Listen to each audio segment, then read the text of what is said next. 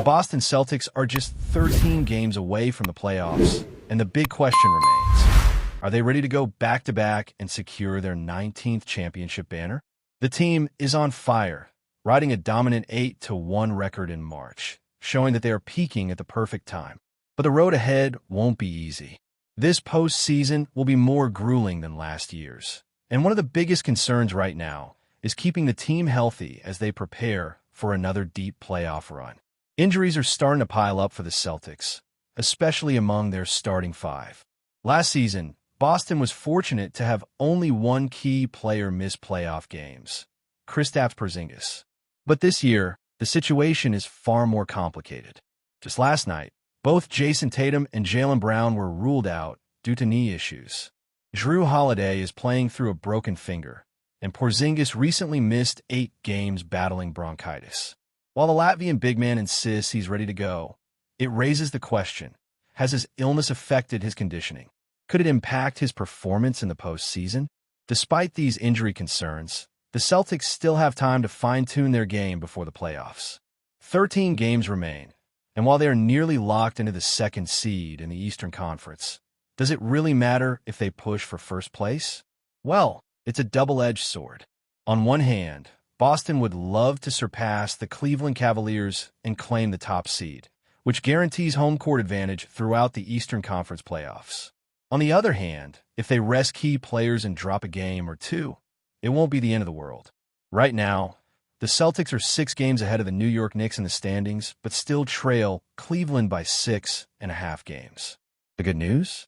Boston has the third easiest remaining schedule in the NBA. If they can keep their current momentum, there's a real chance they could close the gap and overtake the Cavaliers for the top seed. But beyond the standings, another crucial factor is chemistry. Last season, Boston's starting five played 37 games together, logging over 620 minutes on the court before the playoffs. That level of familiarity helped them execute plays with precision, knowing where each teammate would be at any given moment. But this year, the starting unit has barely played 20 games together, totaling just over 300 minutes.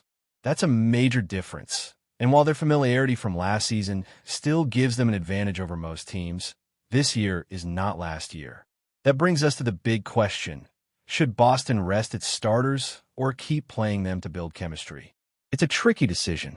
Resting players reduces the risk of injury, but it also limits valuable game time for a unit that still needs to develop rhythm heading into the playoffs.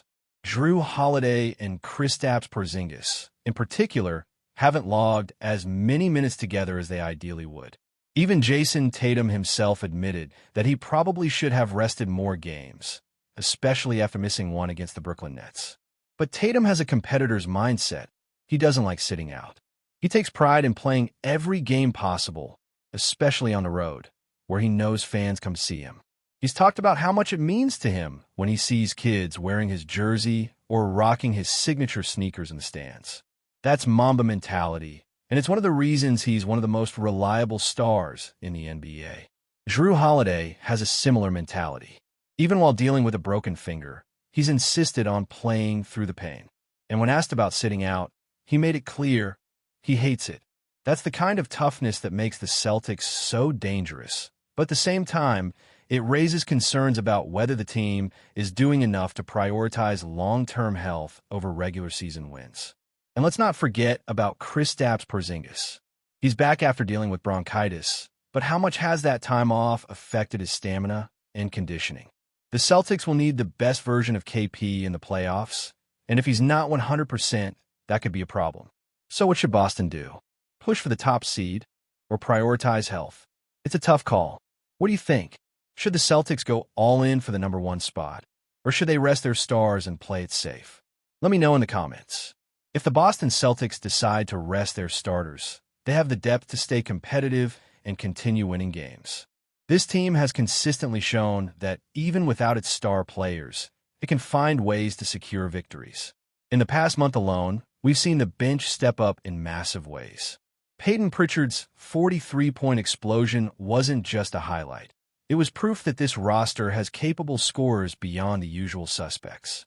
Sam Hauser put up 31 points, showing that he could be a serious offensive weapon when needed. Baylor Cheyenne, who doesn't usually grab headlines, came in and knocked down 6 of 7 three-pointers in just 16 minutes. That kind of performance from role players is exactly what makes the Celtics one of the deepest teams in the league. But deciding to rest players isn't just about depth. It's about finding the balance between staying fresh and staying sharp. Head coach Joe Mazzulla is known for his competitive nature and desire to keep his team in attack mode. He understands that for the Celtics to be at their best in the playoffs, the starting five needs more reps together. With injuries and missed games throughout the season, the chemistry hasn't been fully developed. Last year, Boston's core played 37 games together, logging over 620 minutes on the court before the playoffs. That was a crucial part of their success. This season, they've only played 20 games together for just over 300 minutes. That's a huge difference. And while their experience from last season carries over, they still need time to gel in live-game situations. The other challenge is the mindset of the players. Jason Tatum is one of the most competitive players in the league, and he's made it clear that he hates missing games. He understands that fans, especially kids, come to see him play, and he doesn't want to let them down. He has spoken about how much he values being on the court for road games, knowing that some fans may have saved up for months just to watch him play in person. That's the kind of mentality that makes him great, but it also makes it harder for the coaching staff to convince him to take a break.